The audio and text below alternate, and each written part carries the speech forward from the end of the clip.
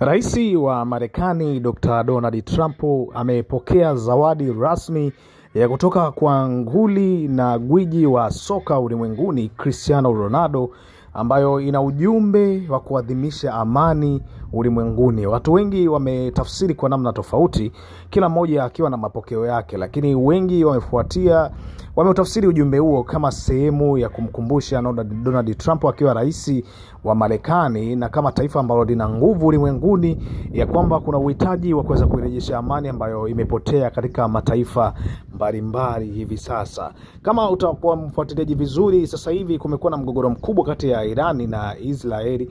Wamekuwa wakirushiana mabomu usiku na mchana, kuharibiana maisha, kuondoa uhai wa watu na mambo mengi ambayo yamekuwa yakiendelea. Lakini kuanzia hivi sasa Cristiano Ronaldo, watu wengi wamekuwa wakimpongeza baada ya jambo hili kuweza kutokea, maana hawakutegemea kama kutakuwa na mwanasoka ambaye atakuwa ameguswa kwa kiwango kikubwa namna hii na kuweza kupandisha ujumbe wa ambao utagusa jamii moja kwa moja kupitia jezi ambayo amempatia.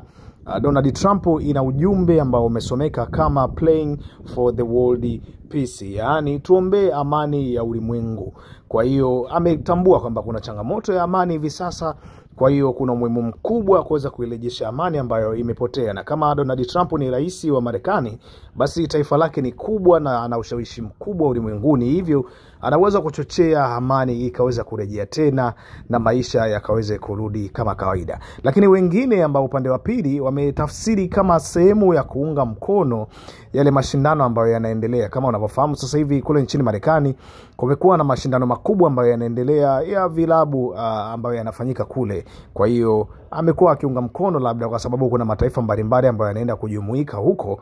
Kwa hiyo anatamani sana ili amani iweze kudumishwa, kwa sababu kila mmoja ana haki ya kuweza kuvisit. Na tutakumbuka kuwa Ronaldo ametoa vizuizi kwenye nchi nyingi za Afrika na hata mabara ya Ulaya kutoweza kuwasili Marekani ama kuingia nchini Marekani. Lakini kwa sasa kuna nchi zingine 32. Inawezekana pia ujumbe huu umemtafsiria ya kwamba kunahitajika kuwe na amani na watu waweze kusafiri kuweza kufika sehemu yoyote ambao wanakuwa wanahitaji, sio kuwekea vizuizi kama ambavyo yeye ameviweka. Huu ni ujumbe wa kutoka kwake Cristiano Ronaldo ambao siku ya jana kuamkia leo umekuwa ukizungumziwa sana, na siku ya leo ndio umeshika nafasi kubwa sana katika mitandao ya kijamii na kila mmoja akiongelea kwa ujumbe wake.